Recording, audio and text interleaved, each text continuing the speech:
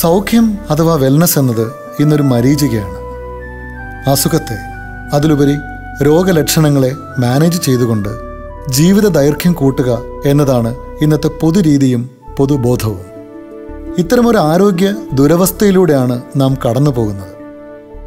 അനാരോഗ്യത്തിൻ്റെ ചുമരിൽ ചാരിക്കൊണ്ട് വേദനകളും വേദന സംഹാരികളും അവയവ കൈമാറ്റങ്ങളും ഒപ്പം ഭാരിച്ച ചെലവുകളുമായി 80-90 വയസ്സുവരെ എന്തിന് നരകിച്ച് ജീവിക്കണം എന്ന് പലരും ഇന്ന് ചിന്തിച്ചു തുടങ്ങിയിരിക്കുന്നു. അത്തരം അന്വേഷണങ്ങൾ നമ്മളെ കൊണ്ടെത്തിക്കുന്നത് വെൽനസ് എന്ന ആശയത്തിലേക്കാണ്. ഒപ്പം ഇന്ത്യൻ മെഡിക്കൽ അസോസിയേഷൻ്റെ ഒരു മുൻ ഭാരവാഹി കൂടിയായ ഡോക്ടർ ശ്രീകുമാറിലേക്കും.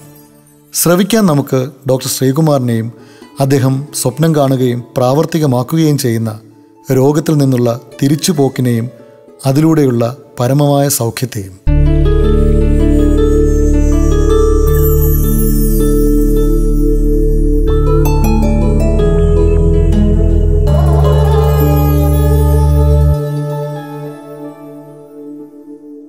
വൈദ്യശാസ്ത്ര രംഗം ഇന്ന് പല ശാഖകൾ പല രാജ്യങ്ങളിലുണ്ട്. പല രാജ്യങ്ങളിലുണ്ടെങ്കിലും ഇന്ത്യയിലാണ് ഏറ്റവും കൂടുതൽ വിഭാഗങ്ങളുള്ളതും എനിക്കൊന്ന് ഏറ്റവും കൂടുതൽ വിഭാഗങ്ങൾ പ്രാക്ടീസ് ചെയ്യുന്നത്. ലൈസൻസ്ഡ് പ്രാക്ടീസ് എന്ന് പറയും. പക്ഷേ ഏതെല്ലാം വൈദ്യശാസ്ത്ര മേഖലയുണ്ടെങ്കിലും അതിൻ്റെ ഒരു പ്രത്യേക പ്രോബ്ലം എന്താണെന്ന് വെച്ചാൽ ഇന്നത്തെ സാഹചര്യവുമായിട്ട് തിണങ്ങുന്നില്ല. അതുകൊണ്ട് തന്നെ ഇതിൻ്റെ പല തരത്തിലുള്ള വ്യത്യാസങ്ങളും പല ഡെവലപ്മെൻറ്റ്സും ഉണ്ടായി. ഇന്നത്തെ മോഡേൺ മെഡിസിൻ, ഞാൻ മോഡേൺ മെഡിസിൻ റെപ്രസെൻ്റ് ചെയ്യുന്ന ഒരു ഡോക്ടറാണ്. മോഡേൺ മെഡിസിനിൽ തന്നെ പല സ്പെഷ്യലൈസേഷൻ ഉണ്ടായി. ഓർഗൻ സ്പെഷ്യലൈസ് ചെയ്തു, പിന്നെ ഡിസീസ് സ്പെഷ്യലൈസ് ചെയ്തു, അങ്ങനെ പലതരത്തിൽ സ്പെഷ്യലൈസ് ചെയ്തു. പക്ഷേ ഇതെല്ലാം ചെയ്തപ്പോഴും നമുക്ക് ശരിക്കും പറഞ്ഞ രോഗത്തിന് ഒരു പ്രശ്നമോ അല്ലെങ്കിൽ രോഗത്തിന് അറുതിയോ രോഗത്തിൽ നിന്ന് തിരിച്ചുള്ള പോക്കോ അല്ലെങ്കിൽ നമ്മൾ പറയും ക്യൂർ ഇല്ല. ഞാൻ ലുബ്ന ആസാദ്, കൊല്ലമാണ് എൻ്റെ സ്ഥലം. ഫാഷൻ ഡിസൈനറാണ്. ഇപ്പം ഞാൻ കൊല്ലത്തൊരു ബുട്ടീക്ക് റൺ ചെയ്തുകൊണ്ടിരിക്കുക. ഞാൻ 20 years ദുബായിലായിരുന്നു. അത് കഴിഞ്ഞ് 2009 നാട്ടിലേക്ക് വന്നത്.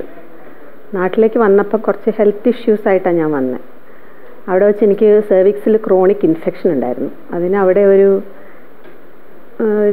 9 years ട്രീറ്റ്മെൻറ്റ് കഴിഞ്ഞിട്ട് ഡോക്ടർ പറഞ്ഞു നാട്ടിൽ പോയി ഫർദർ ട്രീറ്റ്മെൻറ്റ് ചെയ്യണം, കുറച്ച് പ്രശ്നങ്ങളൊക്കെ ഉണ്ടെന്ന് പറഞ്ഞിട്ട് ഡോക്ടർ ലെറ്ററും കൊണ്ട് നാട്ടിൽ വന്നതാണ്. വന്ന് ഒരു 2 years ഞാൻ ഒരുവിധപ്പെട്ട ഹോസ്പിറ്റൽസിലെല്ലാം പോയി, ഡോക്ടേഴ്സിനെയൊക്കെ കണ്ടു. അപ്പോൾ ഇവർ സ്മിയർ എടുത്തുകൊണ്ടേ ഇരിക്കുന്നുണ്ടായിരുന്നു ദുബായ് വെച്ച്. ഇവിടെ വന്നിട്ടും അത് തന്നെയായിരുന്നു. അങ്ങനെ ഇരിക്കുമ്പോൾ അതിനൊരു സൊല്യൂഷൻ യൂട്രസ് റിമൂവ് ചെയ്യണമെന്നുള്ളതായിരുന്നു. അതെനിക്ക് ഒട്ടും താല്പര്യമില്ലായിരുന്നു. എൻ്റെ ഒരു ഇൻറ്റേർണൽ ഓർഗൻ എടുത്ത് കളയാൻ എനിക്ക് ഒട്ടും താല്പര്യമില്ലായിരുന്നു.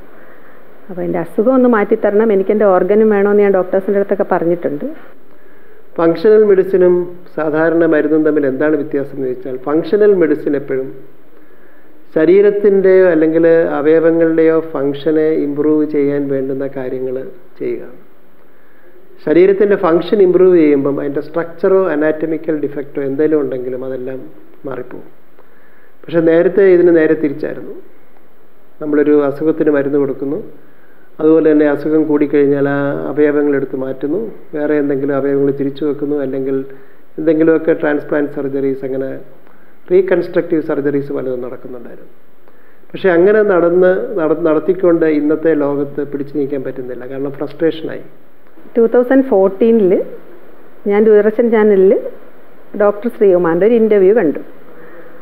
അങ്ങനെ അതിൻ്റെ അടുത്ത ദിവസം തന്നെ ഞാൻ എറണാകുളത്ത് ഡോക്ടർ ശ്രീമാനെ കാണാനായിട്ട് വന്നു. അന്ന് ഡോക്ടർ കുണ്ടന്നൂരിൽ വെൽനസ് ക്ലിനിക്കായിരുന്നു. അങ്ങനെ ഡോക്ടറെ അടുത്ത് വന്ന് ഒരു 1.5 മണിക്കൂർ ഡോക്ടർ എൻ്റെ അടുത്ത് സംസാരിച്ചപ്പം ഞാൻ എത്തിയത് കറക്റ്റ് സ്ഥലത്താണെന്ന് എനിക്ക് തോന്നി.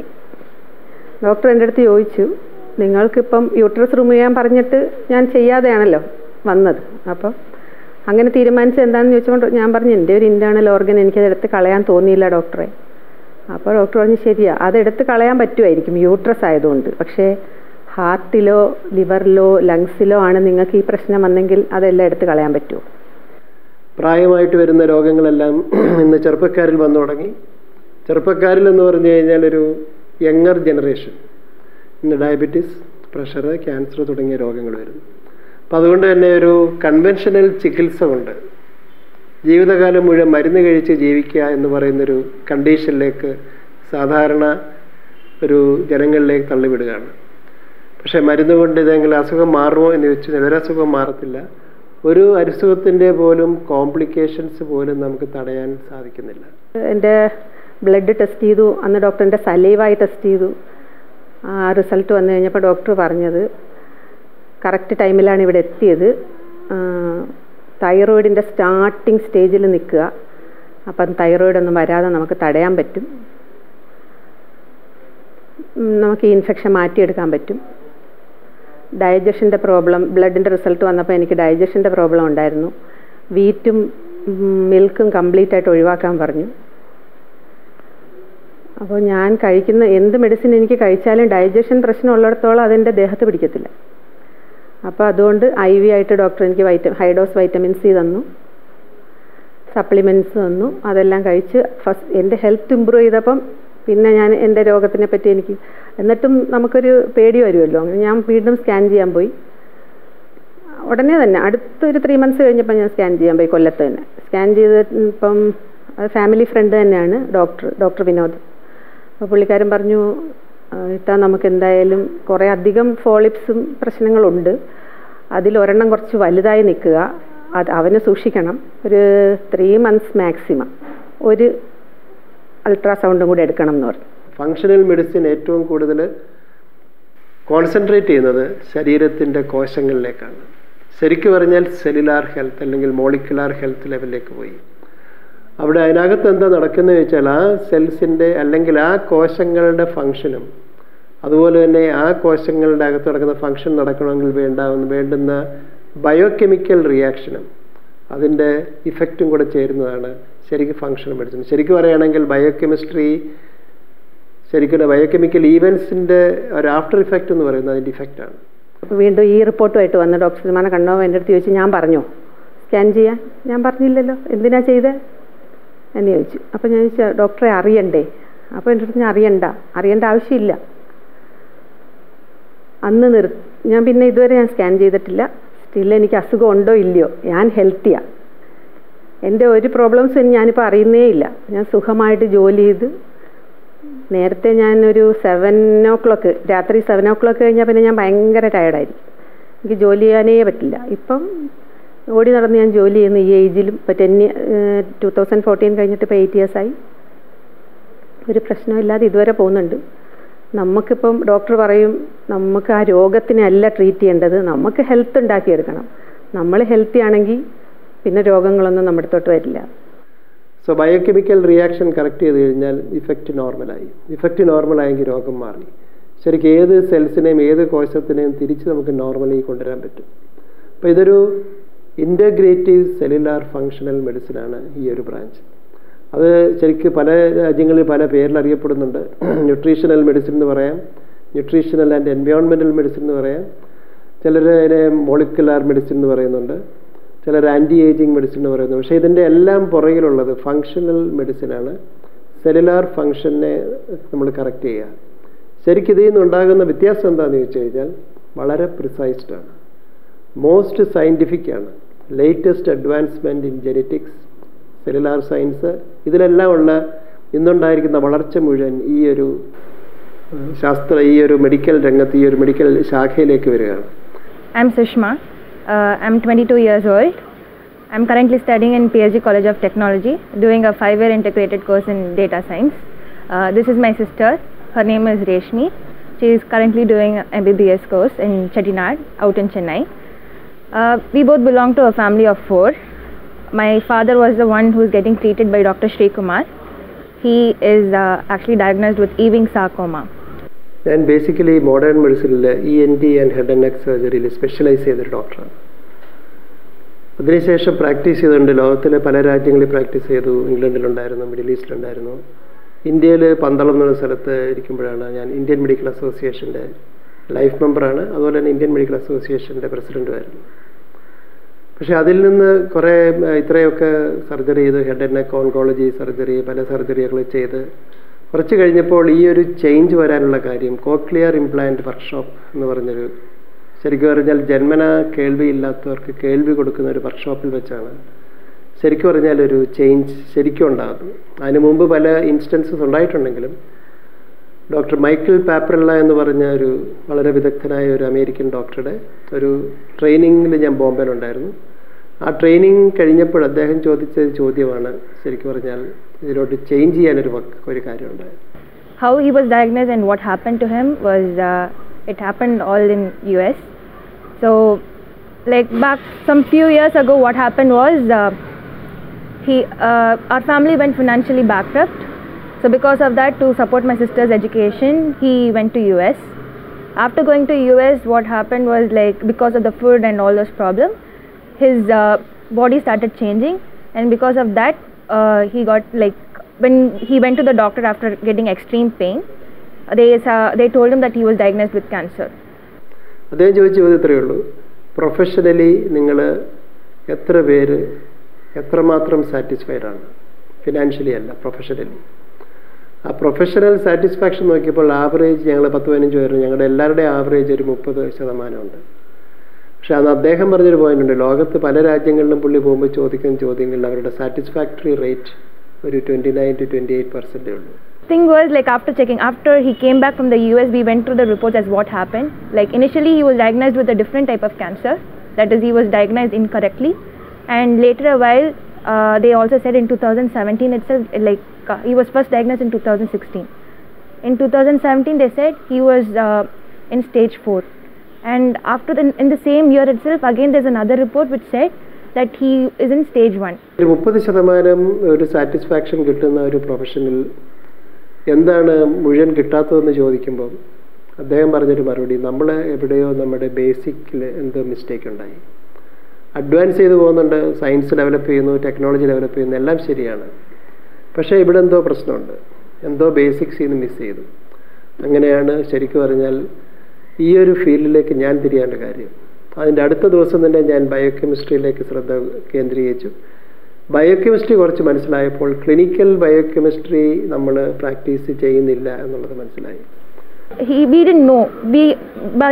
Back then my sister was also in her second year, so she didn't know what was happening. Our family just assumed that things were going, because in US we all think that the medication they provide there is the best, like the more best ones. So we thought okay, getting treated there was the best option. But apparently the whole backstory, they thought that my dad was alone, so they could go for clinical trials and do everything as what they wished for. So biochemistry വന്നപ്പോഴത്തേക്ക് പലതരത്തിലുള്ള ചികിത്സാ സംവിധാനങ്ങളുടെ മാറ്റങ്ങൾ, അത് കൂടുതൽ പഠിക്കാൻ വേണ്ടി ഞാൻ ഓസ്ട്രേലിയയിൽ തന്നെ പോയി. ഓസ്ട്രേലിയയിൽ നിന്ന് ഫെലോഷിപ്പ് എടുത്തു. അന്ന് ഓസ്ട്രേലിയ മാത്രമേ ലോകത്തിൽ ഇതിനു വേണ്ടി ഒരു സ്ട്രക്ചേർഡ് പ്രോഗ്രാം ചെയ്യുന്ന Australian college of nutritional and environmental medicine, അവിടെ നിന്ന് തന്നെ എൻ്റെ ഫെലോഷിപ്പ് എടുത്തു. അപ്പോൾ അവിടെ എൻ്റെ ഫാക്കൽറ്റിയും അതുപോലത്തെ അവിടുത്തെ പല ടോക്കിലും പല ഇൻ്റർനാഷണൽ കോൺഫറൻസിലും ഞാൻ ഭാഗമാണ്. സയൻസ് ബിഹൈൻഡ് ന്യൂട്രീഷൻ അതിൻ്റെയും ഭാഗമാണ്. അപ്പം ഇത് പല രാജ്യങ്ങളിൽ ഇതിൻ്റെ സ്പ്രെഡിങ് ഉണ്ടാകുന്നുണ്ട്. ഓസ്ട്രേലിയയിൽ സ്ട്രക്ചേർഡായിട്ട് എല്ലാ ഡോക്ടേഴ്സും ഇതിൻ്റെ CME പോയിൻറ്റ്സ് ആൻഡ് ക്രെഡിറ്റ് പോയിൻറ്റ്സിനായിട്ട് അത് അവിടെ അക്സെപ്റ്റ് ചെയ്ത് അവർ അവിടെ പ്രാക്ടീസ് ചെയ്യുന്നുണ്ട്. അതിന് നമ്മൾ എഡ്യൂക്കേഷൻ ട്രെയിനിങ് എടുക്കുന്നുണ്ട്. So finally after they started after a certain point of time they started with chemotherapy. They said it is correctly diagnosed as Ewing sarcoma. They started with chemotherapy. After diagnosed, they went through like 17 cycles of chemotherapy and radiation, and finally in 2017 they said okay, after the chemotherapy and radiation they said okay, it is done, it's not spreading anymore, and the treatment was over. But after some time what happened was like in 2019 again he had some chest pain. When he went to the doctor, they said it's just a normal chest pain because it might be some gastric problem, it is nothing related to the cancer. അപ്പോൾ ഇതിൽ നിന്ന് practice ചെയ്ത് start ചെയ്തപ്പോൾ ശരിക്കും പറഞ്ഞാൽ ഇവിടെ ഈ ഒരു പ്രൊഫഷണൽ ആരും ഇല്ലായിരുന്നു. അതുകൊണ്ട് തന്നെ ഞാൻ ആദ്യം സ്റ്റാർട്ട് ചെയ്യുമ്പോൾ ആൾക്കാർക്ക് പലപ്പോഴും പല രീതിയിലുള്ള സംശയങ്ങളും ചോദ്യങ്ങളും ഉണ്ടായി. അപ്പം അതുകൊണ്ട് തന്നെ എൻ്റെ മുമ്പിൽ ചികിത്സയ്ക്ക് വന്നത് വേറെ എല്ലാ നിവൃത്തികളും അടഞ്ഞതിന് ശേഷം ലാസ്റ്റ് സ്റ്റേജിലാണ്. എന്നെ ഇന്നൊരു 18 വർഷം കഴിഞ്ഞിട്ട് ഈ ഒരു നിലനിർത്തിയത് ഇതിലെ ചിലർ അവർ വളരെ നല്ല രീതിയിൽ അവരുടെ ആരോഗ്യനില വീണ്ടെടുക്കാൻ പറ്റി എന്നുള്ളതാണ്. അവരുടെ പ്രോത്സാഹനവും അവരുടെ പ്രഷറുമായിരുന്നു എൻ്റെ മോട്ടിവേഷൻ. എൻ്റെ പേര് മാലിനി പി സന്തോഷ്. അപ്പം ഞാനിവിടെ എറ്റലാക്ടോസിസ് ആയിട്ടുള്ള പ്രോബ്ലം സംബന്ധിച്ച് വന്നതാണ്. അപ്പോൾ എറ്റിലക്ടാസിസ് എന്ന് പറയുമ്പം എൻ്റെ വയറ് ഭയങ്കരമായിട്ട് വീർത്ത് വന്നു. അപ്പം വയറിന് എനിക്ക് ഒന്നും കഴിക്കാൻ പറ്റാത്ത അവസ്ഥ വന്നു. എന്ത് കഴിച്ചാലും വോമിറ്റ് ചെയ്യും. പിന്നെ ഡയേറിയ എന്നും പറഞ്ഞ പ്രോബ്ലം ഉണ്ടായിരുന്നു. പിന്നെ ഭയങ്കര ക്ഷീണം വന്നു. പെട്ടെന്ന് ഒരു ദിവസം എനിക്ക് ചെസ്റ്റ് പെയിൻ വന്നു. ആകെ പെയിലായിട്ട് വന്നപ്പോഴത്തേക്കും ഡോക്ടർ ശ്രീകുമാറിനെ ഇമ്മീഡിയറ്റ് ഞങ്ങൾ ഇതിൻ്റെ ട്രീറ്റ്മെൻറ്റ് ചെയ്യുന്നുണ്ടായിരുന്നു. ആ ട്രീറ്റ്മെൻറ്റ് ചെയ്തുകൊണ്ടിരിക്കുന്ന സമയത്ത് തന്നെ പെട്ടെന്ന് ഇത് പറ്റില്ല എന്ന് കണ്ടപ്പം ഈ ഒരു ട്രീറ്റ്മെൻറ്റ് മാത്രമായിട്ട് കണ്ടിന്യൂ ചെയ്യാൻ പറ്റുന്നില്ല എന്ന് കണ്ടപ്പം ശ്രീകുമാർ ഡോക്ടറെ അറിയിക്കുകയും അങ്ങനെ ശ്രീകുമാർ ഡോക്ടർ അതിന് വേണ്ട ട്രീറ്റ്മെൻറ്റ് പറയുകയും അതിന് ഏറ്റവും പറ്റിയ ഒരു ഇടം വെൽനസ് സൊല്യൂഷൻസ് ആണ് കണ്ടെത്തിയിട്ട് സാറിൻ്റെ ഇൻസ്ട്രക്ഷൻ അനുസരിച്ചാണ് ഇങ്ങോട്ടേക്ക് വെൽനസ് സൊല്യൂഷൻസിലെത്തിയത്. ഞാനിതിനൊരു പ്രചാരണം കൊടുത്തിട്ടില്ല, ഒരു പബ്ലിസിറ്റിയും കൊടുത്തിട്ടില്ല, പക്ഷേ ഇത് ഫേസ് ടു ഫേസ് ചിലർക്ക് പ്രയോജനം കിട്ടിയവരെ അവരുടെ വീട്ടുകാരും നാട്ടുകാരും ഒക്കെ അറിഞ്ഞ് അങ്ങനെ പലരും പല വിഭാഗങ്ങളിലും വന്നു. പക്ഷേ അതിൽ നിന്ന് കൂടുതൽ ഞാൻ എഡ്യൂക്കേറ്റഡായി. അതിന് ഒരു ഇന്ത്യൻ സിസ്റ്റവുമായിട്ട് ഞാൻ ലിങ്ക് ചെയ്തു. ഇന്ത്യൻ സിസ്റ്റം എന്ന് പറയുമ്പോഴത്തേക്ക് ട്രഡീഷണൽ നോളജാണ്, ഏൻഷ്യൻ്റ് വിസ്ഡം, പഴയ വിസ്ഡം എല്ലാം നമുക്ക് തിരിച്ച് സയൻറ്റിഫിക് ആക്കുക. ഉദാഹരണം പറയുകയാണെങ്കിൽ യോഗ, മെഡിറ്റേഷൻ, എക്സർസൈസ് ഇതെല്ലാം കൊടുക്കുന്നുണ്ട്.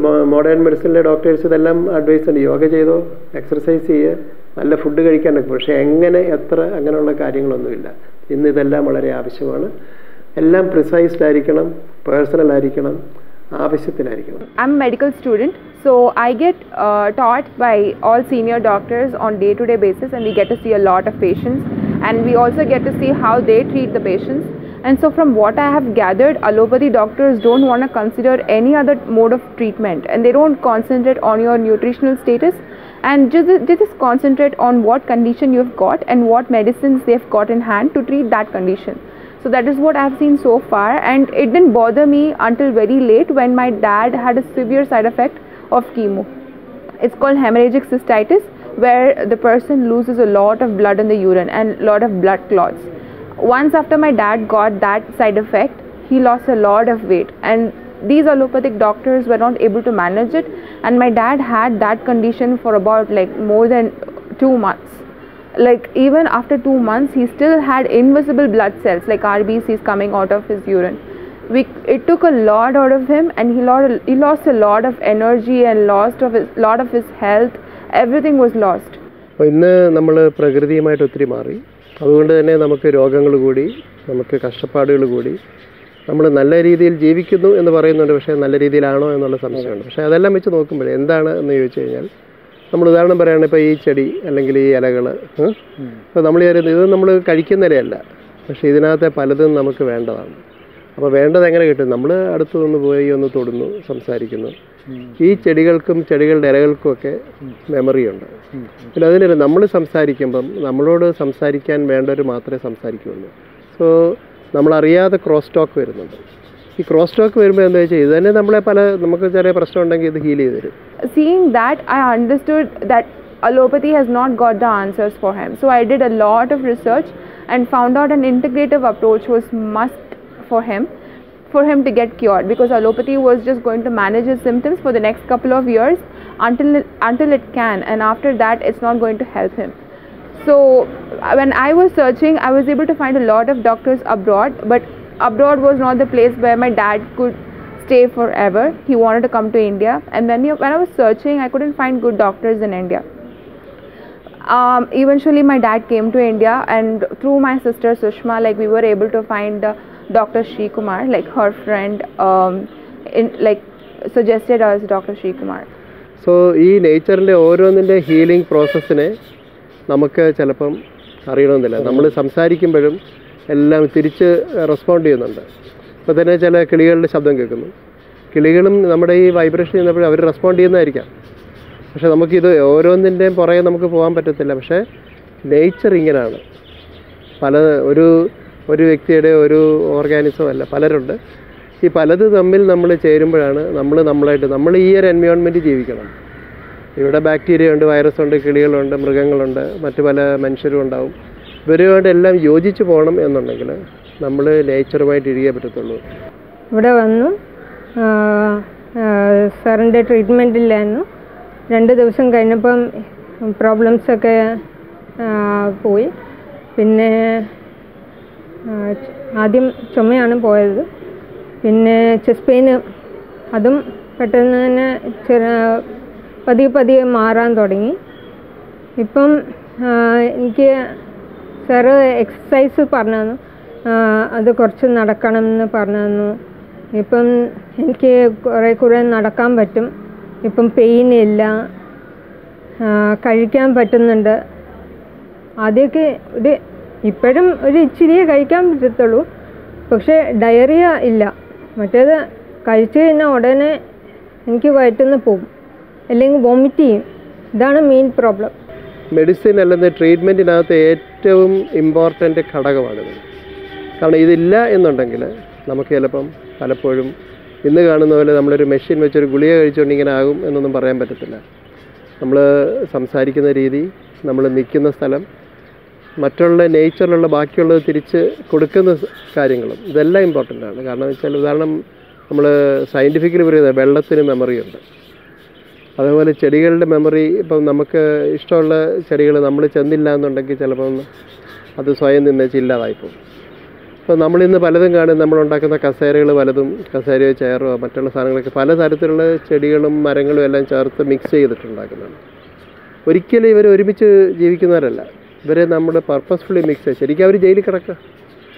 അങ്ങനത്തെ ഒരു സാധനത്തിൽ ഇരുന്നുകൊണ്ടോ ചെയ്തുകൊണ്ടോ നമുക്ക് ഒരു ലോകം പിടിച്ചടക്കാം എന്ന് വിചാരിച്ചു കഴിഞ്ഞാൽ നടക്കത്തില്ല. He went to the doctor repeatedly for many times, but they still said it is just a normal symptom, nothing related to the cancer. Finally, after in 2020, they went for a biopsy and they checked, okay, the cancer has metastasized. So it is chemorefractory. And later, after diagnosing that the cancer has metastasized, they again went for a chemotherapy and radiation. But still, there wasn't much significant results. The size has reduced, but there wasn't much significant results. His initial place where the cancer first started was in the pelvic area. Though Ewing sarcoma is a bone cancer, what people primarily suggest as bone cancer, my dad got infected as a soft tissue. Personalized precision medicine ആണിത്. അതുപോലെ തന്നെ ഇത് prevention വേണം ഉപയോഗിക്കാം. Proactive ആണ്. കാരണം നമ്മൾ ജനങ്ങളിലേക്ക് ഇതിൻ്റെ അറിവ് കൊടുക്കുകയാണ്, അവരാണ് തീരുമാനിക്കുന്നത്. ഒരിക്കലും ഒരു ഡോക്ടറല്ല ഇതിൻ്റെ ഇന്ന ഗുളിക കഴിച്ചാൽ ഇന്നത് മാറും എന്ന് പറയുന്ന പോലെയല്ല. ഇന്നതൊക്കെ ചെയ്തു കഴിഞ്ഞാൽ നിങ്ങളുടെ ആരോഗ്യം വർദ്ധിക്കും. ആരോഗ്യം വർദ്ധിക്കുമ്പോൾ ആരോഗ്യം വർദ്ധിക്കാൻ വേണ്ടുന്ന കാര്യങ്ങൾ കൊടുക്കുക, അല്ലെങ്കിൽ അവർ മനസ്സിലാക്കുക. അവർക്ക് സംശയം തോന്നുമ്പോൾ നമ്മുടെ അടുത്ത് വരുമ്പോൾ നമുക്ക് അതിന് വേണ്ടുന്ന സ്പെസിഫിക് വ്യക്തിപരമായ അഡ്വൈസ് കൊടുക്കുക. ഈ വ്യക്തിപരമായ അഡ്വൈസ് കൊടുക്കുമ്പോഴാണ് അവർക്ക് പലപ്പോഴും അതിൻ്റെ ഗുണങ്ങൾ കിട്ടുന്നതും അവർക്ക് മനസ്സിലാകുന്നതും. അല്ലാതെ ജനറലായിട്ട് പ്രമേഹത്തിന് ഇന്ന മരുന്നോ അല്ലെങ്കിൽ ക്യാൻസറിന് ഇന്ന മരുന്നോ അല്ലെന്നുണ്ടെങ്കിൽ ഇന്ന ഡയറ്റോ അല്ലെങ്കിൽ ഹാർട്ട് അറ്റാക്കിന് ഇന്ന ഡയറ്റോ അങ്ങനത്തെ ഒരു ഡയറ്റൊന്നുമില്ല. നമ്മൾ രോഗത്തിന് പകരം രോഗിക്ക് വേണ്ടുന്നത് കൊടുക്കുകയാണ് ചെയ്യുന്നത്. അല്ല രോഗത്തിനെ അല്ല കോൺസെൻട്രേറ്റ് ചെയ്യുന്നത്, അല്ലെങ്കിൽ ഒരു അവയവത്തെ മാത്രമല്ല കോൺസെൻട്രേറ്റ് ചെയ്യുന്നത്. So after this, like in 2020, he had extreme side effects due to chemotherapy and radiation. He lost a lot of blood. Back then he was 95 and suddenly his weight dropped to around 68, which was extremely low, and that is not how I saw my dad previously. And all this while he was alone all in the US, but we weren't able to meet him because of a financial situation. And later in 2021 they just said we could only provide palliative treatment and nothing else. Like from 2020 November to January, he was just provided with palliative treatment and nothing else. Later we thought it is the best option to get him to India and see what options we could provide. So my sister was the one who suggested it, like we could come back to India and we could take whatever treatment was possible. ശരീരത്തിലെ കോശങ്ങളിലേക്ക് നമ്മൾ ഇറങ്ങിച്ചെന്ന് അവിടത്തേക്ക് ആവശ്യമുള്ള കാര്യങ്ങൾ നമ്മൾ ചെയ്യുകയാണ് ശരിക്കും പറഞ്ഞാൽ ചെയ്യുന്നത്. അതുകൊണ്ട് തന്നെ ലേറ്റസ്റ്റ് മെഡിക്കൽ സയൻസിൽ ജെനറ്റിക്സ്, ബയോകെമിസ്ട്രി, അതുപോലെ തന്നെ സെല്ലുലാർ സയൻസിനകത്ത് ഏറ്റവും കൂടുതൽ വന്നിരിക്കുന്ന സ്റ്റെം സെല്ല്, അതുപോലെ തന്നെ ഫ്രഷ് സെല്ല്, സോ ഒത്തിരി കാര്യങ്ങൾ വന്നു കഴിഞ്ഞു. ഈവൻ ഇമ്മ്യൂണിറ്റി ബൂസ്റ്റപ്പ് ചെയ്യുന്ന പല കാര്യങ്ങളിലും ഇന്ന് റിസർച്ച് സയൻറ്റിഫിക്കായിട്ട് പല വിഭാഗങ്ങളിൽ നടക്കുന്നുണ്ട്. ഇതൊന്നും മെഡിക്കൽ സൈഡിലല്ല എന്ന് മാത്രമേ ഉള്ളൂ.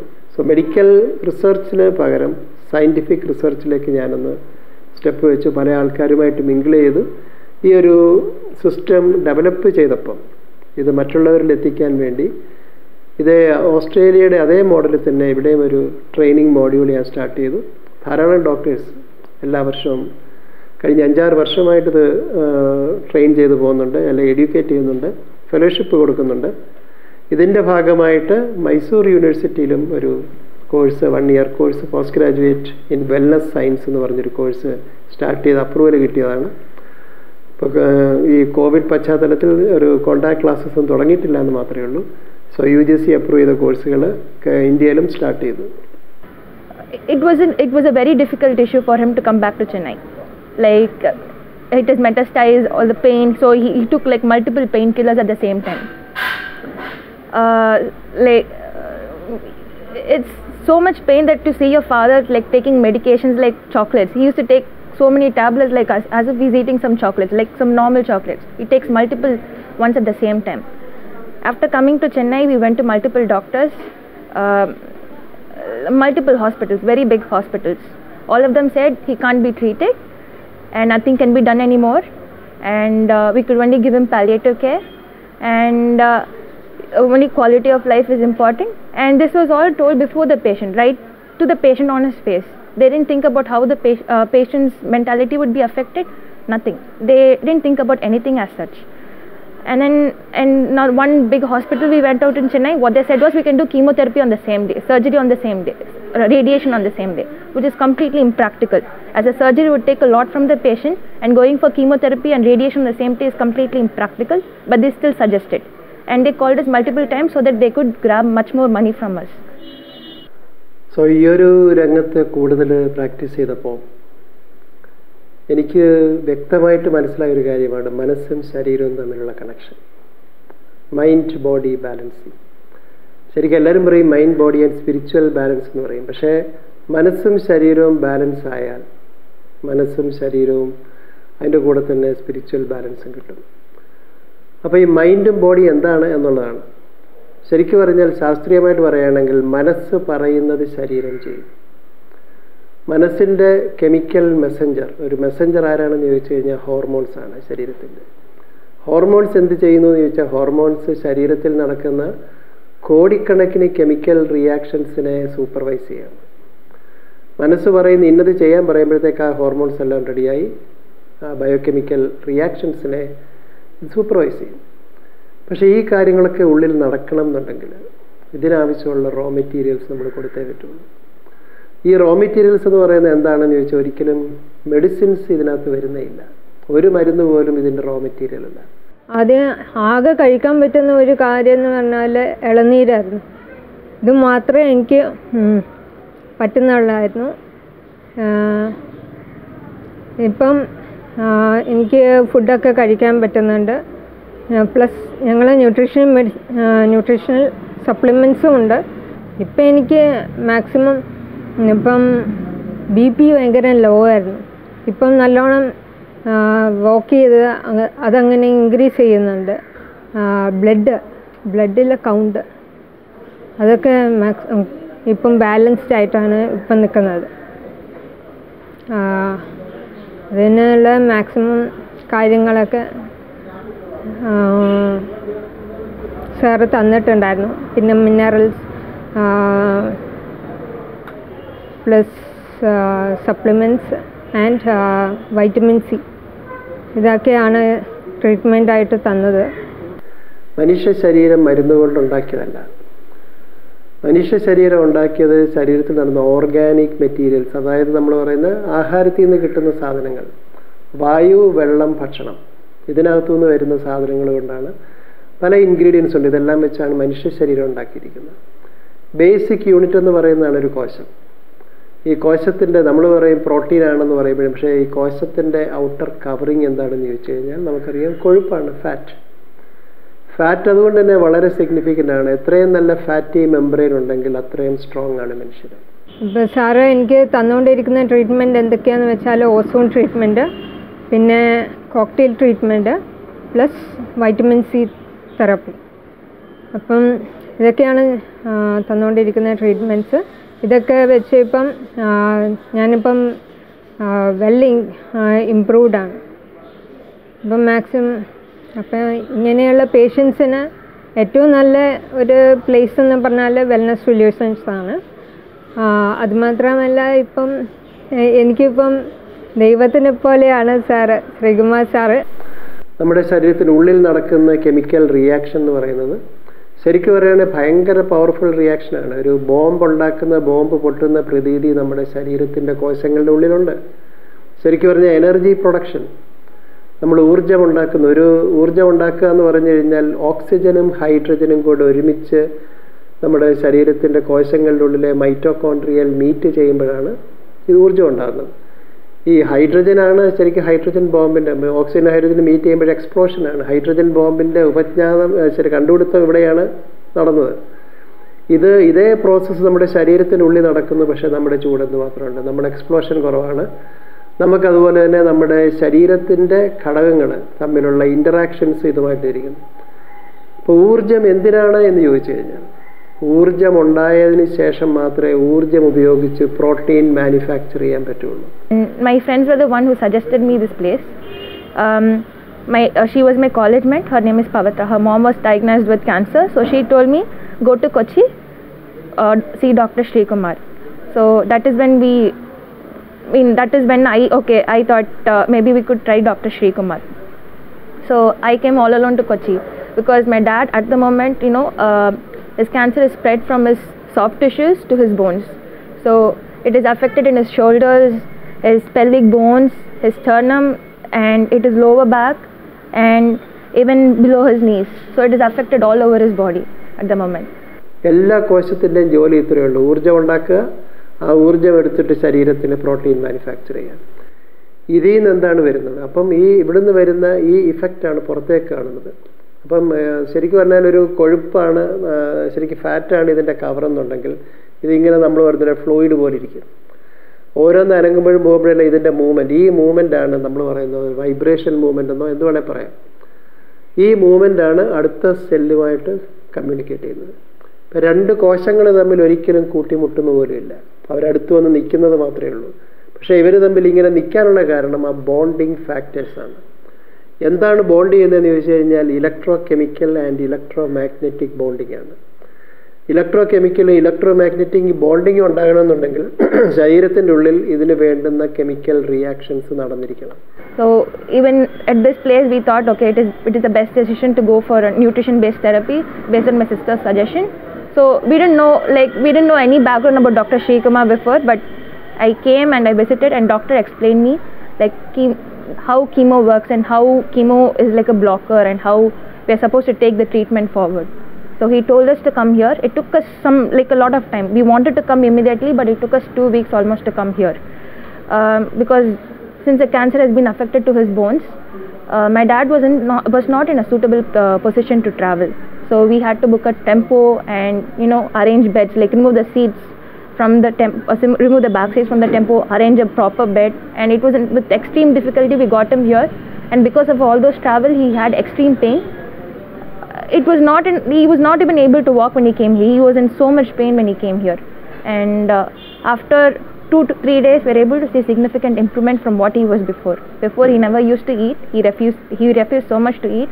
But now he is in a much better place. So ഈ കെമിക്കൽ റിയാക്ഷൻ നേരത്തെ പറഞ്ഞ എനർജിയും പ്രോട്ടീൻ മാനുഫാക്ചറും ഓരോ കോശങ്ങളുടെയും ആവശ്യത്തിനനുസരിച്ച് ഇത് ഉണ്ടാക്കിക്കൊണ്ടിരിക്കും. ഹൃദയത്തിൻ്റെ കോശങ്ങളിലാണെങ്കിൽ ഈ പറയുന്ന ഊർജ്ജം ഉൽപ്പാദിപ്പിക്കുന്ന മൈറ്റോകോൺട്രിയ ഒരു കോശത്തിന് ഏകദേശം 10,000-ഓളം ഉണ്ട്. അതേസമയം നമ്മുടെ മുഖത്തോ അല്ലെങ്കിൽ തലമുടിയിലൊക്കെ ചിലപ്പോൾ കുറേ കോശങ്ങൾക്ക് ചേർന്ന് 1-2 ഉള്ളൂ. അപ്പോൾ ഇതാണ് നമ്മുടെ ശരീരത്തിലെ ഊർജ്ജം ഉൽപ്പാദിപ്പിക്കുന്ന അപ്പാരറ്റസുകൾ. വേറൊരു രീതിയിൽ പറയുകയാണെങ്കിൽ പവർ ഹൗസിൽ നിന്ന് ഊർജ്ജം ഉണ്ടാക്കണമെങ്കിൽ അതിനനുസരിച്ച് ആവശ്യമുള്ള കോശങ്ങളുടെ ഈ പവർ ഹൗസിൻ്റെ നമ്പർ കൂട്ടാം കുറയ്ക്കാം. ഇതെല്ലാം ശരീരത്തിൻ്റെ ഒരു പ്രത്യേകതയാണ്. ഈ പ്രത്യേകതയിൽ നടക്കണം എന്നുണ്ടെങ്കിൽ ശരീരത്തിന് ആവശ്യമുള്ളത് നമ്മൾ കൊടുത്തേ പറ്റുള്ളൂ. ഈ കോശങ്ങളുടെ ഉള്ളിലേക്ക് ഈ പറയുന്ന നമ്മൾ കഴിക്കുന്ന ആഹാരം കയറണം. വെളിയിൽ നിന്ന് വേറൊരൊറ്റ സാധനത്തിനും എൻട്രി ഇല്ലാത്ത സാധനത്തിനാണ് നമ്മൾ ആഹാരത്തിൽ നിന്ന് കിട്ടുന്ന പോഷകങ്ങൾക്ക് മാത്രം മതി നമ്മുടെ ശരീരത്തിൻ്റെ കോശങ്ങളുടെ അകത്തേക്ക്. പലരും ചോദിക്കും എന്തിനാണ് പോഷകങ്ങൾ കഴിക്കുന്നത്, ശരീരത്തിന് എന്താ വേണ്ടത്? നമുക്കറിയാം ഷുഗർ വേണം, പ്രോട്ടീൻ വേണം, ഫാറ്റ് വേണം. ഇതവിടെ ചെന്നുകൊണ്ട് പ്രത്യേകിച്ചൊന്നും ചെയ്യാൻ പറ്റുന്നില്ല. ഇതിന് വേണ്ടുന്ന മൈക്രോ ന്യൂട്രിയൻസ്, പോഷകങ്ങൾ ഉണ്ടായിട്ട് ഇതെല്ലാം കറക്റ്റായിട്ട് വന്നു കഴിയുമ്പോൾ ശരീരത്തിൻ്റെ കോശങ്ങൾ അവരുടെ ജോലി ചെയ്യും. Thinking about the time where back then how the US doctors treated, it is like all the doctors suggested only to take CT scans. We didn't know for cancer we should even take PET scans. None of the doctors in the US suggested my dad to take a PET scan. If a PET scan was taken, every cancer, wherever the cancer was, it would have been visible. But none of the doctors suggested us even to take a PET scan there. That was the state how we were in US. Thinking from that point and how he faced everything alone for the past 4 to 5 years, and how he is getting treated with us, with his family around us, and in this atmosphere under Dr. Shri, I think we are very glad and grateful that we are here. ഈ ജോലി ചെയ്യുമ്പോൾ പുറത്തേക്ക് വരുന്ന ഇഫക്റ്റാണ് ഈ electro magnetic bonding അല്ലെങ്കിൽ electro chemical bonding. ഇത്രയും മനസ്സിലായി കഴിഞ്ഞപ്പോൾ എനിക്ക് ആ കാലഘട്ടത്തിലായിരിക്കാം കുറച്ച് കൂടുതൽ ഇത് ഗ്രഹിച്ചപ്പോൾ എനിക്ക് എൻ്റെ മനസ്സിൽ തോന്നി കൂടുതൽ അറിയണമെങ്കിൽ ഭഗവത്ഗീത ഒന്ന് വായിക്കണം. ഇത്രയും നാളായിട്ട് ഞാൻ വായിച്ചിട്ടില്ല, കേട്ടിട്ട് കഥകളൊക്കെ അറിയാമെന്നൊക്കെ ഉള്ളതല്ലാതെ അത് ഇരുന്ന് വായിക്കാൻ വേണ്ടി ഞാൻ ശ്രമിച്ചിട്ടില്ല. അങ്ങനെ ഒരു ഭഗവത്ഗീത മേടിച്ച് വായിക്കാൻ തുടങ്ങി. ഞാനത് വായിക്കാൻ തുടങ്ങി എനിക്ക് നിർത്താൻ പറ്റിയില്ല. കംപ്ലീറ്റ് കണ്ടിന്യൂസ് ആയിട്ട് അതൊക്കെ വായിച്ച് തീർത്തതിന് ശേഷമാണ് ഞാൻ ഉറങ്ങിയത്. ഈ വായിച്ചപ്പോൾ ഒരു കാര്യം മനസ്സിലായി, ഞാൻ അതിനകത്ത് കണ്ടത് യുദ്ധമൊന്നും കണ്ടില്ല, ഞാനകത്ത് കണ്ടത് ആരോഗ്യം മാത്രമേ കണ്ടുള്ളൂ. ഹെൽത്തിൻ്റെ ഓരോ ആസ്പെക്റ്റും അതിനകത്തൂടെ ഡിസ്ക്രൈബ്ഡാണ്. ശരിക്കും പറഞ്ഞാൽ ഞാനിപ്പോഴും അതൊരു റെഫറൻസ് പുസ്തകമായിട്ട് വെച്ചിരിക്കുകയാണ്. എനിക്കെന്തെങ്കിലും സംശയം ഉണ്ടെങ്കിൽ ഞാൻ അവിടെ പോയി അതുമായിട്ട് നോക്കുമ്പോൾ ആ പേജുകൾ എടുത്ത് മറിക്കുമ്പോൾ അതിനകത്ത് പല ഉത്തരങ്ങൾ കിട്ടും. അതിനകത്ത് കെമിസ്ട്രി വേണേൽ കെമിസ്ട്രി, ഫിസിക്സ് വേണേൽ ഫിസിക്സ്, അല്ലെങ്കിൽ ബയോളജി വേണേൽ ബയോളജി, എന്ത് വേണമെങ്കിലും അതിനകത്തൂടെ കിട്ടും. അതിനകത്തുനിന്ന് വേണ്ടുന്ന ഇതും ശരിക്കും പറഞ്ഞാൽ ഞാൻ ആൽബർട്ട് ഐൻസ്റ്റൈൻ്റെ പുസ്തകം എടുത്ത് കമ്പയർ ചെയ്തു. ഇത് രണ്ടും തമ്മിൽ ശരിക്കും പറഞ്ഞാൽ നല്ല മാച്ചിങ് ആയിരുന്നു. അതുകൊണ്ട് തന്നെ ശരിക്കും പറഞ്ഞാൽ ഒരു മെഡിസിൻ പ്രാക്ടീസ് ചെയ്യണമെങ്കിൽ ബയോളജി മാത്രം പോരാ, കെമിസ്ട്രി ശരിക്കും അറിയണം. കെമിസ്ട്രിയും ബയോളജിയും അറിയാമെങ്കിൽ അതുകൊണ്ടും ആയിട്ടില്ല, ഫിസിക്സ് അറിയണം. കാരണം ആ ഫിസിക്കൽ ഇഫക്റ്റാണ് പുറത്തേക്ക് വരുന്നത്. സോ ബയോളജിയും കെമിസ്ട്രിയും ഫിസിക്സും തമ്മിലുള്ള ഒരു കറക്റ്റ് കോമ്പിനേഷനാണ് ശരിക്കും പറഞ്ഞാൽ മെഡിസിൻ. അല്ലെങ്കിൽ ഒരാൾക്ക് ഹെൽത്ത് വേണം എന്ന് പറഞ്ഞാൽ, ആരോഗ്യം ശരിക്കും സംരക്ഷിക്കണമെന്നുണ്ടെങ്കിൽ. It's been a week since we came here. The treatment has started. We could see some improvements in his nutrition levels and how he's talking with us. My dad came here on January 25th from USA to India, but we didn't talk. As a family, it's been 7 years since he last met us, both his daughters. But after 1 month, day before yesterday was the first time he talked to us as a family. Like, she's 4 years older to me. Her education was stopped. So, and so many family situations and all that. Day before yesterday was the first time he actually talked to us. I was in tears. So that's how much the nutrition therapy has actually helped him out. So we are definitely grateful and thankful to Dr. Shri. And as treatment progresses, we would know more results as how he would be. I am having hopes like he would be treated, and I guess things would go good from henceforth. ഏത് രോഗത്തിനെയും ചികിത്സിക്കണ മരുന്നല്ല ആവശ്യം, ആരോഗ്യമാണ്. ആരോഗ്യം കൂടുമ്പോൾ അസുഖം കുറയും. So എൻ്റെ അടുത്ത് എന്താണ് രോഗത്തിൻ്റെ ചികിത്സ എന്ന് ചോദിച്ചാൽ ഞാൻ പറയുന്ന ഹെൽത്താണ്. ഹെൽത്ത് എത്രയും കൂട്ടാമോ അത്രയും കൂട്ടുക. ഹെൽത്ത് കൂട്ടണം, അല്ലെ ആരോഗ്യം വർദ്ധിപ്പിക്കണമെന്നുണ്ടെങ്കിൽ എല്ലാ മനുഷ്യർക്കും അറിയാം എന്താ വേണ്ടതെന്നുള്ളത്. നല്ല വായു വേണം, നല്ല വെള്ളം വേണം, നല്ല ഭക്ഷണം വേണം, നല്ലപോലെ എക്സർസൈസിന്, ഇങ്ങനെ പല ഘടകങ്ങളുണ്ട്. ഈ ഘടകങ്ങളെപ്പറ്റി സംസാരിക്കാൻ വേണ്ടി, പക്ഷേ ഇത് എത്ര വേണം, എങ്ങനെ വേണം എന്നറിയാൻ ഇന്നാരുമില്ല. കാരണം നമ്മുടെ അകത്ത് ഇത് ആവശ്യമുണ്ടെന്ന് മനസ്സിലാക്കുമ്പോഴും നമ്മൾ പുറത്തോട്ടൊന്ന് നോക്കണം. കാരണം പുറത്തുള്ളതാണ് അകത്തോട്ട് കയറിയിരിക്കുന്നത്. നമ്മുടെ അന്തരീക്ഷം മുഴുവൻ ഇത്രയും മലിനീകരണമാക്കിയത് വേറെ ആരുമല്ല, മൃഗങ്ങളൊന്നുമല്ല, മനുഷ്യർ തന്നെയാണ്. We have to be with the nature. ഇപ്പം നേച്ചർ പോയിരുന്നുകൊണ്ട് നാച്ചുറലായിട്ട്, ഞാൻ ഓർക്കുന്നുണ്ട് സുശ്രുത പണ്ട് പ്ലാസ്റ്റിക് സർജറി ആയിരുന്നു. പുള്ളി മരത്തിൻ്റെ ചോട്ടിലിരുന്നാണ് ചെയ്തത്. പക്ഷെ മരത്തിൻ്റെ ചോട്ടിലിരുന്ന് ചെയ്യുന്നതാണോ നല്ലത്, ഒരു ഓപ്പറേഷൻ തിയേറ്റർ എല്ലാ ബാക്ടീരിയയ്ക്കും മറ്റുള്ളവർക്കൊന്നും, ഇത് മറ്റുള്ളവർ കാണണം, മറ്റുള്ളവർ പ്രൊട്ടക്റ്റ് ചെയ്യണം. എതിർക്കുന്നവർ കാണും, പക്ഷെ പ്രൊട്ടക്റ്റ് ചെയ്യുന്നവരെല്ലാം കൂടെ വരും. അതാണ് നേച്ചറിൻ്റെ. നമുക്ക് എല്ലാത്തിനെയും മാറ്റി, നമുക്ക് നേച്ചറിനെ എല്ലാത്തിനെയും മാറ്റി നിർത്തിയിട്ടുള്ള ആ ഒരു പ്രക്രിയയിൽ നിന്ന് മേ ബി ഇന്ന് പല അസുഖങ്ങളും വരുന്നത് ഇതിൻ്റെ മുന്നോടിയായിരിക്കാം, മനുഷ്യരെ പഠിപ്പിക്കാൻ വേണ്ടിയായിരിക്കാം നമ്മുടെ റിസർച്ചിലും. അതുകൊണ്ട് തന്നെയാണ് പല സിസ്റ്റംസ്, ആയുർവേദം, നാച്ചുറോപ്പതി, ഹോമിയോപ്പതി, അലോപ്പതി, ഈ പറയുന്ന എല്ലാ സിസ്റ്റംസും, എല്ലാ സിസ്റ്റത്തിനും ചിലതൊക്കെ വേണ്ടതുണ്ട്. വേണ്ടതിനെല്ലാം ഒരുമിച്ച് ഇൻ്റഗ്രേറ്റ് ചെയ്യണം ശാസ്ത്രീയമായിട്ട്. നമ്മുടെ ചുറ്റും മുഴുവൻ വിഷമാണ്. വിഷത്തിനകത്തു നിന്നൊക്കെ നമ്മളൊരു ബബിളിനകത്ത് എത്ര നാളിരിക്കാൻ പറ്റും? എത്ര നാൾ ഒളിച്ചിരിക്കും? ഇന്നിപ്പോൾ കോവിഡ് വന്നു നമ്മളെല്ലാവരും അകത്ത് കയറി ഇരിക്കുക എന്ന് പറയുമ്പോഴും എത്ര നാളിരിക്കും? അപ്പോഴും പുറത്തുള്ള കാര്യങ്ങൾ നമ്മൾ മാനേജ് ചെയ്യണം. പുറത്തെ എൻവയോൺമെൻറ്റുമായിട്ട് നമ്മൾ മാച്ച് ചെയ്യണം. ഇവിടെയാണ് നമ്മൾ സ്പിരിച്വൽ ബാലൻസ് പോയത്. മൈൻഡും ബോഡിയും ബാലൻസ് ചെയ്ത് ഏത് ലെവലിൽ കൊണ്ടുപോയോ അന്നേരം നമ്മൾ എൻവയോൺമെൻറ്റുമായിട്ട് ബാലൻസ് ചെയ്യും. ഈ ബാലൻസിൻ്റെ ഫെയിലിയറാണ് ഇന്ന് നമ്മൾ പല രോഗങ്ങളായിട്ട് കാണുന്നത്. ജീവിതശൈലി രോഗങ്ങൾ, diabetes, heart disease, cancer, auto immune disease, അതുപോലെ തന്നെ സാംക്രമിക രോഗങ്ങൾ. ഇന്ന് അവസാനം വന്ന് ഈ പാൻഡമിക് വന്നു. എത്രയോ നാളെ കഴിഞ്ഞ ഒരു 10-30 വർഷമായിട്ട് മെസ്സേജ് കിട്ടിക്കൊണ്ടിരിക്കുകയാണ്. ലൈഫ് സ്റ്റൈൽ ഡിസീസ് എപ്പിഡമിക് കൂടി വന്നു വെച്ചാൽ പാൻഡമിക് ആരും ലോകത്തു നിന്ന് ഒരു മനുഷ്യനും പുറത്തിറങ്ങാതെ ഇന്ന് ഇത്രയും സ്പീഡിൽ പൊയ്ക്കൊണ്ടിരുന്ന ഒരു ജനതയെ പിടിച്ചകത്തിരുത്തി. Science is always proving. ഒരിക്കലും നമ്മൾ പറയത്തില്ല നമ്മളിന്നൊരു ആഹാരം കഴിച്ചു കഴിഞ്ഞാൽ പലതരം കറികളുണ്ട്. ഈ കറികളെല്ലാം പലതിൽ നിന്ന് എടുത്തതാണ്. പക്ഷെ ഒരുമിച്ചൊരു ചെടിയിലുണ്ടാകത്തില്ല. പക്ഷേ ഒരുമിച്ച് വെച്ചു, അപ്പം തന്നെ കഴിച്ചു. കൂടുതൽ നേരം ഒരു ക്യാപ്സ്യൂൾ പോലെ ഒരു കുപ്പിയിൽ വെച്ച് കഴിഞ്ഞാൽ ശരിക്കും പറയുകയാണെങ്കിൽ ഒരു ബെനിഫിറ്റും കാണത്തില്ല. അതുകൊണ്ടാണ് ഫ്രഷായിട്ടുണ്ടാക്കുന്ന പലതരത്തിലുള്ള ആഹാരങ്ങൾ മിക്സ് ചെയ്ത് നമ്മൾ കഴിക്കുകയൊക്കെ ചെയ്യുമ്പോൾ അതിൻ്റെ ബെനിഫിറ്റ് കിട്ടും. ആ ബെനിഫിറ്റ് കിട്ടണം എന്നുണ്ടെങ്കിൽ മോർ വിത്ത് ദ നേച്ചർ ആയിരിക്കണം. അപ്പോൾ ഫ്രഷായിട്ട് കിട്ടാൻ പ്രയാസമുണ്ട്. പക്ഷേ ഫ്രഷായിട്ട് എനിക്ക് ഒന്ന് സ്റ്റോർ ചെയ്യാനുള്ള കപ്പാസിറ്റിയും കൂടെ നമ്മൾ റിസർച്ച് ചെയ്ത് കണ്ടുപിടിക്കണം. സിന്തറ്റിക് ഇപ്പോൾ ഒരു ഗുളിക തമ്മിൽ ബൈൻഡ് ചെയ്യുന്ന സാധനമല്ല. ഇപ്പോൾ ചൈനക്കാർ പല ടെക്നോളജി ഡെവലപ്പ് ചെയ്ത് സെല്ലുലോസ് ടെക്നോളജി, അതാണ് ഹെർബ്സിനെ എല്ലാം ലോങ് ലാസ്റ്റിംഗ്. നമ്മൾ ആ ടൈപ്പ് ഓഫ് ടെക്നോളജി കൊണ്ടുവരണം. പണ്ടത്തെ കാലത്ത് എനിക്ക് ഓർമ്മയുണ്ട്, മാങ്ങ ഉപ്പിലിട്ട് വെക്കും. എത്രയോ മാസങ്ങൾ കഴിഞ്ഞ് മേളിൽ നമ്മൾ തുറന്ന് നോക്കുമ്പോൾ ഫംഗസ് കാണും. പക്ഷേ ഇങ്ങനെ ഒന്ന് മാറ്റി കഴിയുമ്പോൾ അതങ്ങ് പോകും. കാരണം അതിൻ്റെ മേളിൽ ഓയിൽ ഇട്ടിട്ടുണ്ട്. So oil is the best medium. ഇതൊക്കെ റിസർച്ച് ചെയ്ത് വെച്ചാൽ അതിൻ്റെ ശാസ്ത്രീയ വശം കൂടെ മനസ്സിലാക്കിയാൽ നമുക്കറിയാം പണ്ട് ചെയ്തിരുന്ന പലതും ശാസ്ത്രീയമായിട്ട് കറക്റ്റായിരുന്നു. ശരിക്കും പറയുകയാണെങ്കിൽ ഇന്ന് നമ്മൾ ചുറ്റും നോക്കിയാൽ നമ്മൾ ഒത്തിരി ടെക്നോളജി ഡെവലപ്പ് ചെയ്തിട്ട് എല്ലാം സ്മാർട്ടാക്കി. സ്മാർട്ട് ക്ലാസ് റൂമാക്കി, സ്മാർട്ട് ഫോണാക്കി, എല്ലാം വന്നു. പക്ഷേ നമ്മൾ മാത്രം സ്മാർട്ടല്ല. മനുഷ്യൻ സ്മാർട്ടാണെങ്കിൽ എന്താ വേണ്ടത്? നമ്മൾ സ്മാർട്ടാണെങ്കിൽ മാത്രമേ ഈ ലോകത്ത് ജീവിക്കാൻ പറ്റുള്ളൂ. സ്മാർട്ടായിട്ടുള്ളവർ മാത്രമാണ് ഈ ഉയർന്നു വരുന്നത്. ശരിക്കും സ്മാർട്ട്നെസ്സിന് എന്നോട് ചോദിച്ചാൽ 2 ആഡ്ജക്റ്റീവ്സേ ഉള്ളൂ. 2 കാര്യങ്ങൾ നോക്കിയാൽ മതി. 1 സ്പീഡ്, 2 സ്റ്റഡി. എത്രയും സ്പീഡിൽ പോകാമോ അത്രയും നല്ലത്.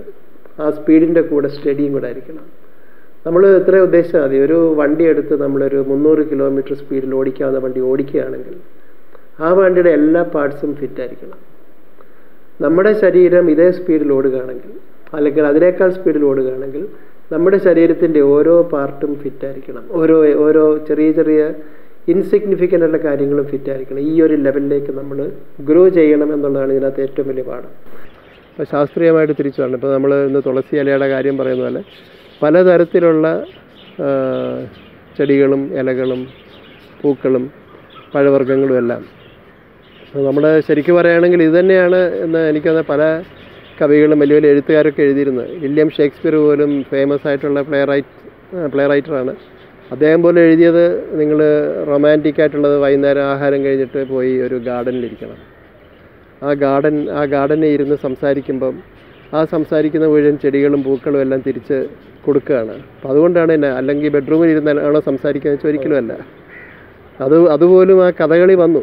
കാരണം ഒരു സ്റ്റോറീസ് വരുമ്പോൾ പോലും അവർ പറയുന്നത് ശരിക്കും പറഞ്ഞാൽ ഈ പുസ്തകങ്ങളും നോവലും കവിത എഴുതുന്നതും എല്ലാം സയൻസാണ്. ഞാൻ പണ്ട് ഒരു പ്രാവശ്യം ചെന്നൈയിൽ പോയപ്പോൾ നമ്മുടെ ദേവരാജൻ മാഷിൻ്റെ അടുത്ത് ചുമ്മാതെ ഞാനെടുത്ത് ഇതൊന്ന് ടോപ്പിക് ഇട്ടപ്പോൾ പുള്ളി പറഞ്ഞ പോയിൻ്റ്, എൻ്റെ ഡോക്ടറെ ജീവിതം മുഴുവൻ എൻ്റെ കവിതയുടെ ഈണങ്ങളിലുണ്ട്. നമ്മൾ പറയുന്ന വാക്കുകളുടെ ഈണം മാറിയപ്പോൾ അർത്ഥം മാറി. Slow and steady wins the race. അതൊക്കെ പോയി. ഒരാളുടെ മണ്ടത്തരം കൊണ്ട് ജയിക്കുന്നതല്ല winning. You have to fast and steady have to win. കാരണം സ്പീഡിൽ ഓടണം, സ്പീഡിൽ യാത്ര ചെയ്യണം എന്നുണ്ടെങ്കിൽ ഒരിക്കലും ആക്സിഡൻറ്റോ മറ്റുള്ള സംഭവമോ അല്ല വരുന്നത്. ശരിക്കും അതിന് വേണ്ടുന്നത് നമ്മുടെ ശരീരത്തിന് ആവശ്യമുള്ള ഘടകങ്ങൾ നമുക്ക് കൊടുത്തേ പറ്റുള്ളൂ. നമുക്ക് ഏത് സ്പീഡിലും ഓടാം. നമ്മുടെ വിചാരമാണ് നമ്മൾ മണ്ടന്മാരാണെന്ന്. നമ്മുടെ ശരീരത്തിൻ്റെ സ്പീഡ്, ഞാൻ നേരത്തെ പറഞ്ഞാൽ ശരീരത്തിൻ്റെ കോശങ്ങളിനകത്ത് ഒരു സെക്കൻഡിൽ ലക്ഷക്കണക്കിന് കെമിക്കൽ റിയാക്ഷൻ നടക്കുകയാണ്. ഇപ്പോൾ ഒരു ദിവസം 24 മണിക്കൂറെടുത്ത് എന്ന് മാത്രം നടക്കുന്നുണ്ട്. നമ്മൾ സ്പീഡിൽ മൾട്ടി ടാസ്കിങ് ഇതൊക്കെ ചെയ്യുമ്പോഴത്തേക്ക് നമ്മുടെ കെമിക്കൽ റിയാക്ഷൻ കൂടുകയാണ്. ഡിമാൻഡ് കൂടുമ്പോൾ റോ മെറ്റീരിയൽസ് കൊടുത്തേ പറ്റുള്ളൂ. ഇറ്റ് ഈസ് ഒരു കളക്റ്റീവ് ഫിനോമിനനാണ് ഈ ലോകം എന്ന് പറയുന്നത്. നമ്മളൊരാൾ ഒറ്റയ്ക്ക് ഒന്നും ലോകത്തൊന്നും ചെയ്യാൻ പറ്റത്തില്ല. പക്ഷേ ഈ പലതും നേച്ചറും സിസ്റ്റംസും ഇന്ന് ഇന്ത്യയിലെ ഏറ്റവും സ്ട്രോങ് സിസ്റ്റമാണ് ആയുർവേദം അലോപ്പതിയും തമ്മിൽ എന്തുകൊണ്ട് ലിങ്ക് ചെയ്തുകൂടാ? Strongest and oldest scientific system ഇന്നത്തെ മോഡേൺ സയൻസും തമ്മിൽ ഇൻ്റഗ്രേറ്റ് ചെയ്താലേ പറ്റുള്ളൂ. ആ ഇൻ്റഗ്രേഷനാണ് കീ. ആ ഇൻ്റഗ്രേറ്റ് ചെയ്യുക എന്നുള്ള ഉദ്ദേശമാണ്. ഇപ്പം എനിക്ക് നിങ്ങളോട് വന്ന് നിൽക്കുന്ന ഒരു ആയുർവേദിക് ഹോസ്പിറ്റലിൻ്റെ സെറ്റപ്പിലാണ്.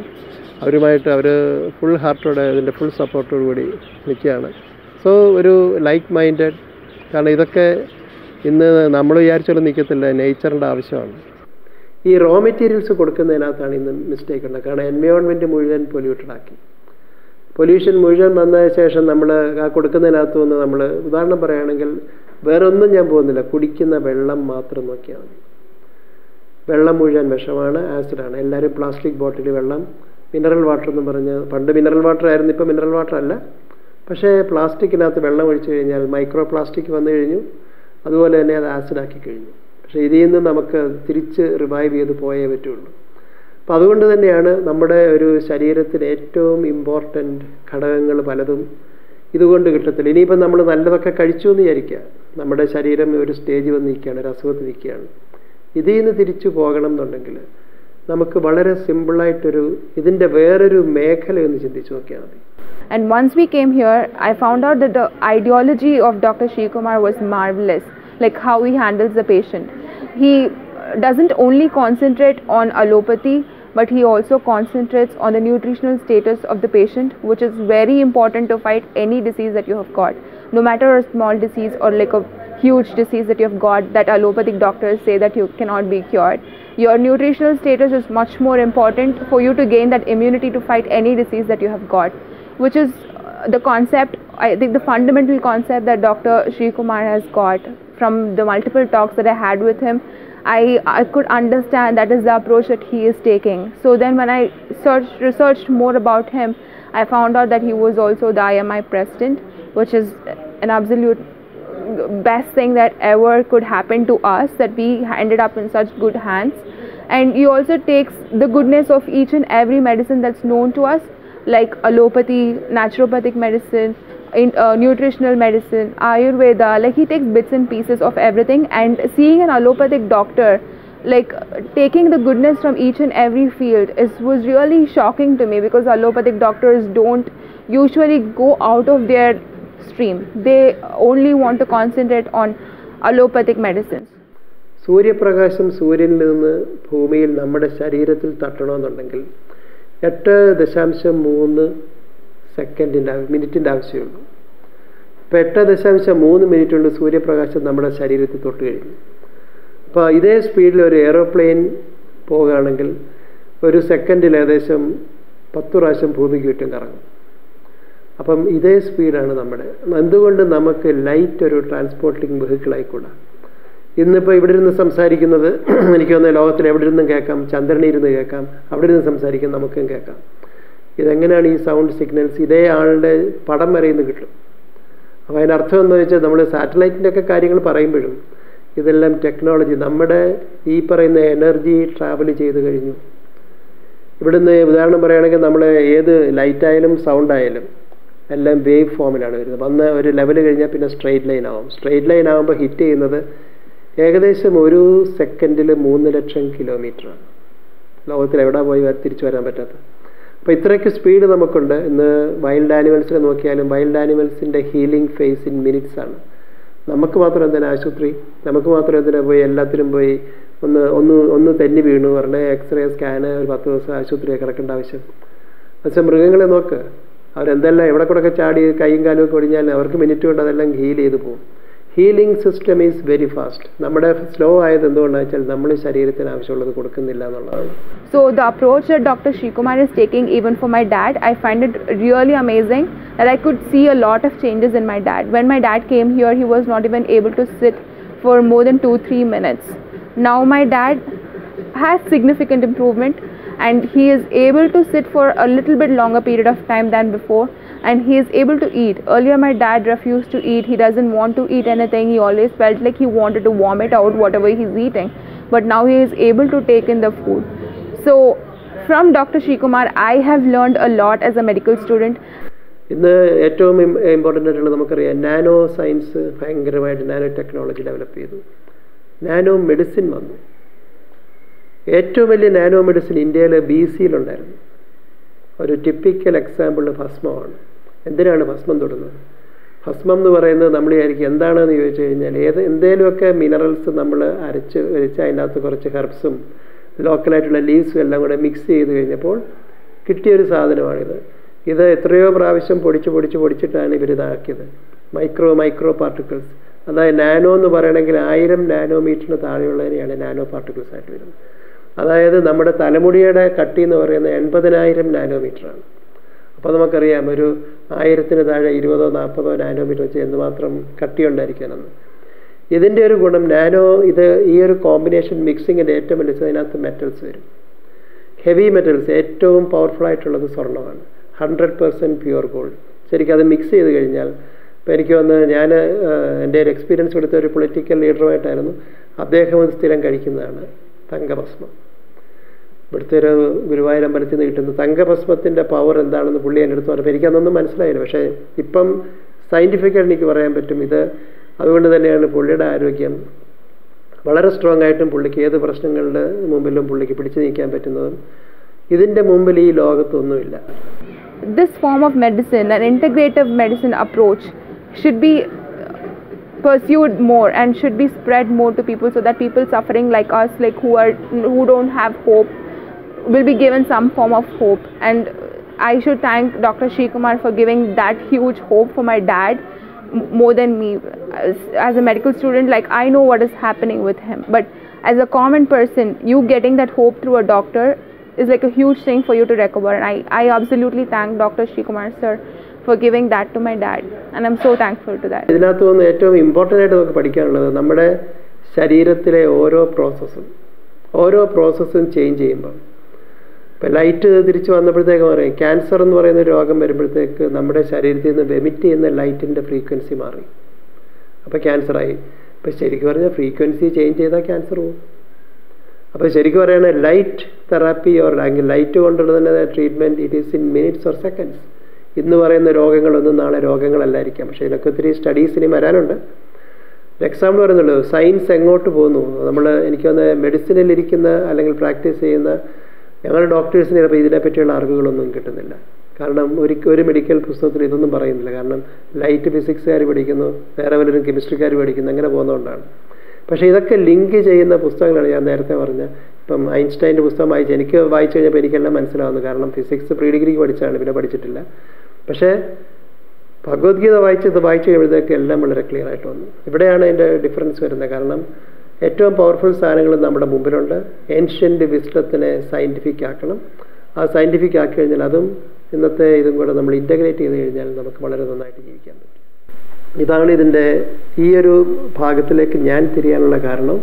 അതിനെ ഇത്രയും നാൾ കൊണ്ട് നടക്കാൻ, അത് മുമ്പോട്ട് പോകാൻ എന്നെ ചിന്തിപ്പിച്ചതും എനിക്ക് മോട്ടിവേഷൻ തന്നതും വേറെ ആരുമല്ല, ഈ പറയുന്ന രോഗികളും അതേപോലെ തന്നെ എൻ്റെ അടുത്ത് വരുന്ന പ്രിവെൻറ്റ് ചെയ്യാനോ അല്ലെങ്കിൽ ഹെൽത്ത് ഇമ്പ്രൂവ് ചെയ്യാൻ വന്ന കസ്റ്റമേഴ്സ് മാത്രമാണ്.